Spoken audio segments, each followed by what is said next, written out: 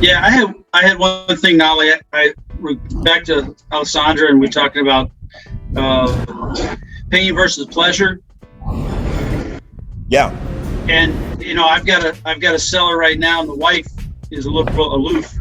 And but anyways, I think what I really got to get to her is her pain. I think is going to be to getting them to lower the price is the pain of looking at more houses and finding another house after we've already got one under contract. We're trying to sell theirs. Right. So I think that's my pain point, and I got to get with her. And I'm dealing mostly with the Mr. Seller. Yeah. But anyways, that's what I wanted to mention: pain and pleasure. Yeah, that's what I appreciate that, Terry. And what we learn in sales is, and I'm going to spotlight Terry for a minute, and Alessandra. So what we learn in sales is that you find the pain, and then you touch it, and you just start pushing on it. You push on that pain. Now, as a believer, I don't really like that. Okay, I don't like that way of being. But there's some truth to it in that you have to find. There's got to be some motivation, and sometimes people like that just won't tell you what it is. He probably wants to liquidate that property. If he didn't really want to liquidate it, he probably wouldn't even be testing the market, right now. Plus, you're going to have a lot of sellers right now because they got caught within the shift, right? So they're still in the old paradigm of this is what my house is worth, and they're not willing to accept the new paradigm. Give it about 6 to 8 months. It'll settle in, if the market doesn't change back the other way. And people would just say, well, this is normal. It's just like gas prices. When the gas prices first change, everybody's pissed. They're posting on Facebook, they're pissed. But then after a while, they just pay the price.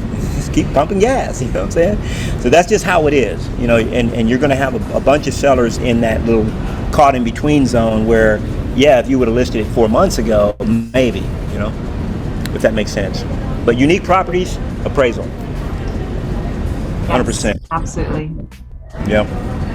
All right. Go ahead, Terry. I was just going to say that with my particular sellers, I got to remind them of what their pain is, because I don't think they're thinking about it right now. No, they won't. They're just thinking, I'm going to lose a little money. That's a good point. That's why I was asking what the motivation was, because that's what you want to bring up on every single call. It's like, hey, you want to get to Boise, Idaho. I know you want to be near your sons going to school. I get that you're not going to get this for it, but here's what I know you're going to get: quality time with your son. How much is that worth? And then I just let them think about it. Oh, well, would it be worth? Now this is a big number with this guy. It's like $300,000. But would it be worth $100,000 to be with your son during his formidable years at college? Just think about the memories he's going to have for the rest of his life because of the fact that you're there. I'm not trying to sell you on this. This is what you told me you wanted. I'm just trying to help you get what you say you want. It's still what you want, right? You want to be near your son, right? Or did that change? Yeah, I want to be my son now. Yeah. Okay, well, is it worth $100,000 to you to be near your son? I mean, what is that worth? Should we get your son on the phone? Let's bring him in. I don't have no problem bringing him in. So this is the way that I talk to my sellers, and I get permission to talk to them that way from the beginning. I say there's going to be some times when I talk to you, and I'm going to ask for permission, in a way, because sometimes my sellers they're not following the instructions that I give them. Okay, when you come in my office, I tell you to pick up a jelly bean. You pick up a jelly bean. I mean, this is what I'm doing.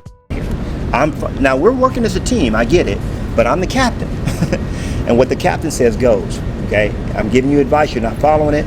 So and then I hook back in, like Terry said, into their pain and into their desire. But I got to know what that is. Their motivation. If they don't clearly have a motivation, I don't have anything to hook into.